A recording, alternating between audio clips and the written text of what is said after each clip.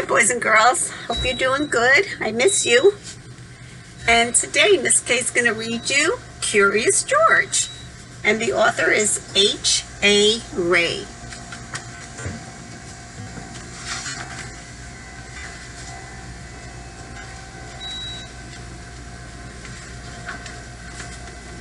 This is George. He lived in Africa. He was very happy, but he had one fault. He was too curious. What does curious mean? He asks a lot of questions, and that's good, boys and girls. When you're curious about something, you want to know about it. You ask questions. One day, George saw a man. He had on a large yellow straw hat. The man saw George too. What a nice little monkey, he thought. I would like to take him home with me. The man put his hat on the ground, and of course, George was curious. He came down from the tree to look at the large yellow hat.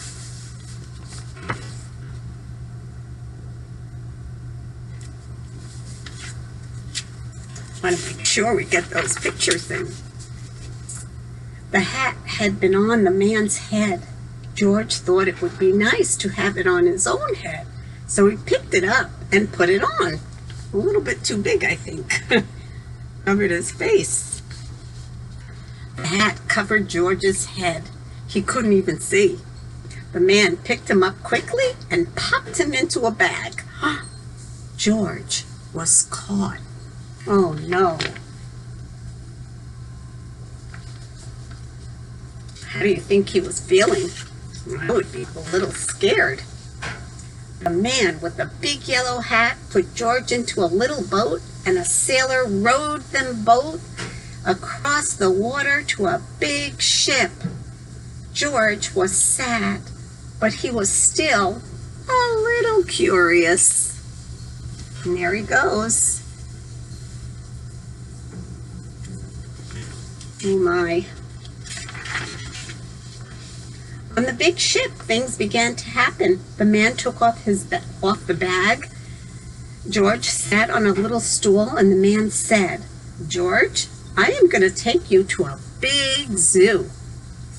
Maybe Lowry Park Zoo. In Tampa, you think? I'm going to take you to a big zoo in a big city. You will like it there. Now run along and play, but don't get into trouble." George promised to be good, but it is easy for little monkeys to forget. Just like my little friends.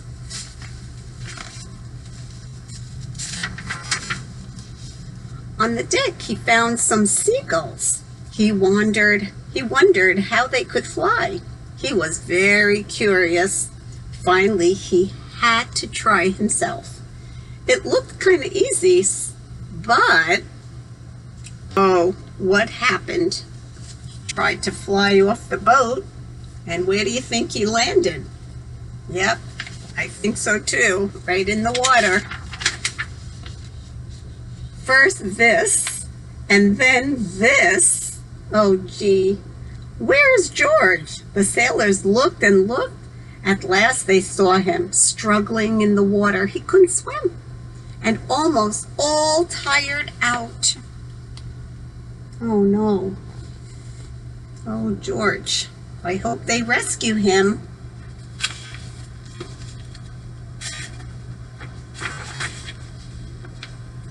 After that, George was more careful to be a good monkey until at last the long trip was over. George said goodbye to the kind sailors, and he and the man with the yellow hat walked off the ship onto the shore and on into the city to the man's house. There he goes.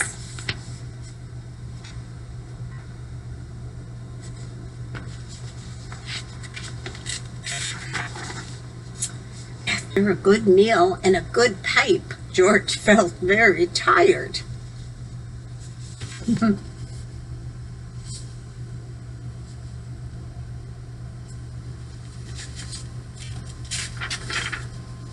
He crawled into bed and fell asleep at once.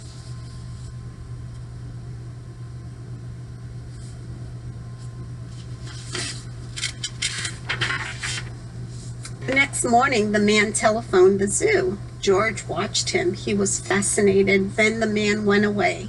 George was curious. He wanted to telephone too. 1, 2, 3, 4, 5, 6, 7. What fun!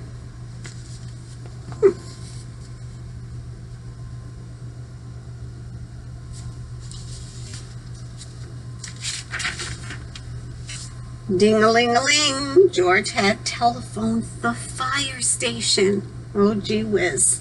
The firemen rushed to the telephone. Hello, hello, they said, but there was no answer. Then they looked for the signal on the big map that showed where the telephone call had come from. They didn't know it was, George. They thought it was a real fire. That's not good. Oh, George, what did you do? He didn't even realize what he did. So off go the firemen.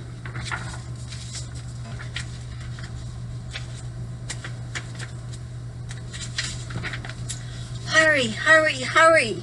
The firemen jumped onto the fire engines and onto the hook and ladders. Ding dong, everyone out of the way!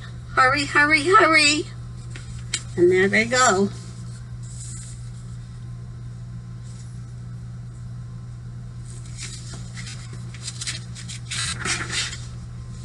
The firemen rushed into the house. They opened the door, no fire. Only a naughty little monkey. Oh, catch him, they cried. George tried to run away. He almost did, but he got caught in the telephone wire. And, oh, gee whiz, look at him. Got all tangled up.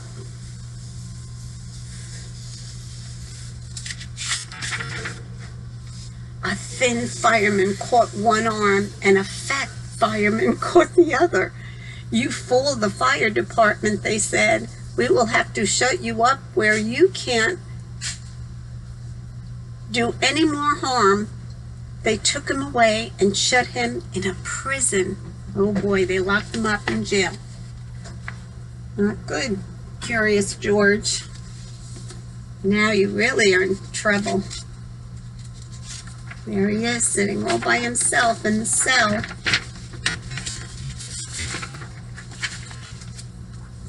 George wanted to get out. He climbed up to the window to try the bars. Just then the watchman came in.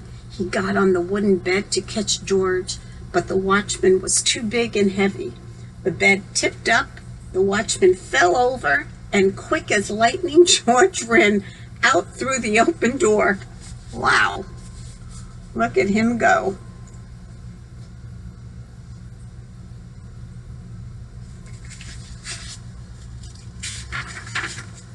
He hurried through the building and out onto the roof, and then he was lucky to be a monkey. Out he walked onto the telephone wires. Quickly and quietly over the guard's head, George walked away. He was free.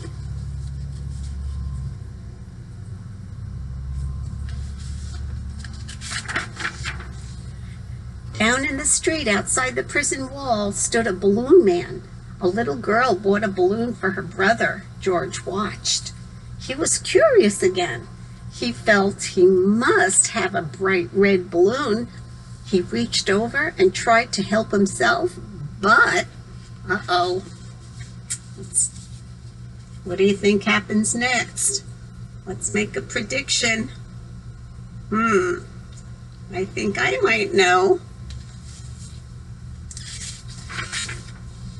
Instead of one balloon, the whole bunch broke loose, and in an instant, the wind whisked them all away, and with them went George, holding tight with both hands. Oh my. Oh, George, you get into so much mischief. Up he sailed higher and higher. The houses looked like toy houses, and the people like dolls. George was frightened. He held on very, very tight. Oh my goodness. I'm afraid of heights, are you? At first, the wind blew in great gusts, then it quieted. Finally, it stopped blowing altogether. George was very tired. Down, down he went, and bump, on to the top of a traffic light. Everyone was surprised. The traffic got all mixed up. George didn't know what to do, and then he heard someone call, "George!" He looked down and saw his friend, the man with a big yellow hat.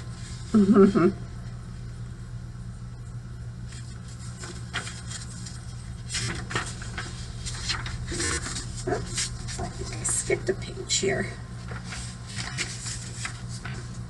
George was very happy. The man was happy too. George slid down the post, and the man with the big yellow hat put him under his arm.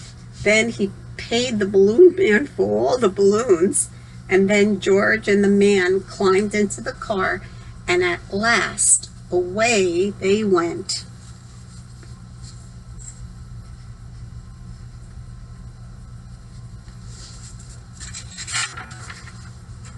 To the zoo. What a nice place for George to live. Very safe and fun. Hope you enjoyed the book, boys and girls. See you next week. Bye.